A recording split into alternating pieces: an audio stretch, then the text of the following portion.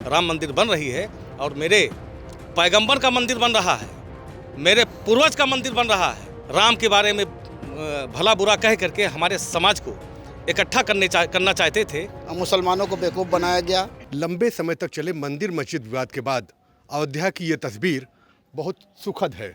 ये मुस्लिम समुदाय के लोग हैं जो रामलला के दर्शन करने गए थे और रामलला के मंदिर के लिए इन्होंने समर्पण निधि भी दान की है। हम इन्हीं से बात करते हैं कि इनके मन में क्या है और जो लंबे समय तक विवाद चला उसके बारे में ये क्या सोचते हैं। बबलू खान जी, आप तो मंदिर के लिए कई संघर्ष भी किए हैं, काफ़ी लड़ाइयाँ भी लड़ी आप लोगों ने, आंदोलन में भी शरीक रहे। क्या लगता है आज के दिन में आपको रामलला का दर्शन करने के बाद?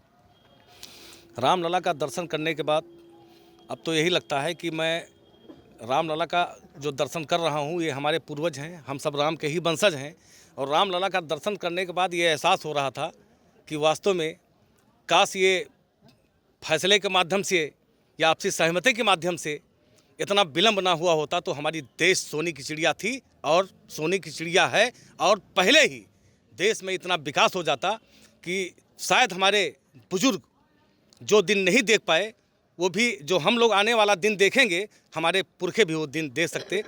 बस यही हम लोगों को अफसोस है, ये काम पहले होना चाहिए था। जहाँ रामलला विराजमान है वहाँ पे भव्य से दिव्य राम मंदिर बन रही है और मेरे पैगंबर का मंदिर बन रहा है, मेरे पूर्वज का मंदिर बन रहा है।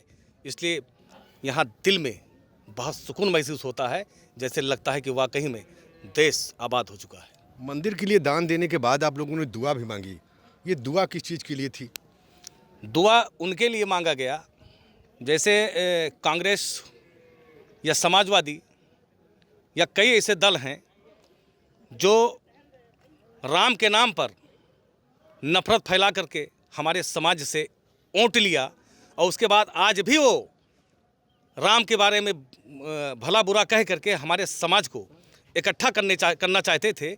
इसलिए दुआ किया गया कि उनके दिमाग में जो चल रहा है ईश्वर उनको सद्बुद्धि दे, उनके पास दिमाग आए और वो राष्ट्र के लिए बात करें, देश में तरक्की हो इसके लिए बात करें और विभाजन की वो बात ना करें। इसके लिए दुआ किया गया है, देख लीजिए।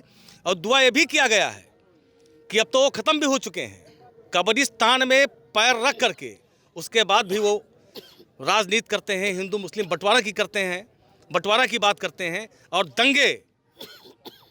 दंगे भड़काने की बात करते हैं। तो इसलिए दुआ किया गया है। और हमने जब भी दुआ किया है हम लोगों में बिस्मिल्लाह पढ़ करके हमने दुआ किया है और बिस्मिल्लाह में बड़ी ताकत है कि अब ये दुआ कबूल होगी। जिस तरीके से बिस्मिल्लाह पढ़ करके मैंने राम मंदिर निर्माण की मुहिम चलाई थी, धारा 370-35A की मुहिम चलाई थी, मैंने 3 तलाक की मुहिम चलाई थी, देख लीजिए आज कामयाब हो गए हैं।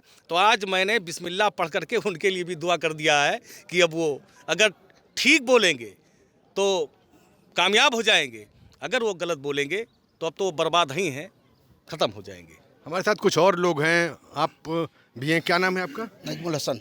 नजमुल हसन जी, आपने दर्शन किया, इसके पहले समर्पण निधि में भाग लिया, तो कैसा महसूस हुआ कि क्या लंबे समय तक हिंदू मुस्लिम के बीच एक ज़बरदस्त खाई पैदा की जाती रही अपने आप? नहीं, खाई तो पैदा की गई जानबूझ करके और मुसलमानों को बेवकूफ़ बनाया गया जो पिछली कांग्रेस सरकार ने।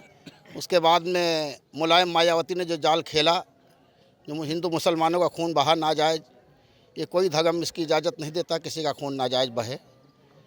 और यहाँ के मुझे बहुत अच्छा लगा और बहुत अच्छी जगह बनना चाहिए। जब फैसला आया था तो मैंने यही कहा था कि एक ऐसी जगह बने कि दुनिया में हमारी जो है अयोध्या एक पहचान बने और जिन गंदे लोगों ने ऐसा खेल खेला उनका खुद मुँह काला हुआ।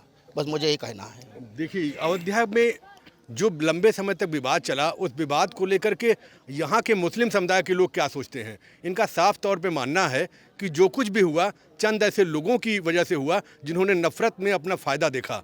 आम मुसलमानों की ये राय बिल्कुल नहीं थी और यही अयोध्या की असली तस्वीर है। बनबीर सिंह, अयोध्या, यूपी तक।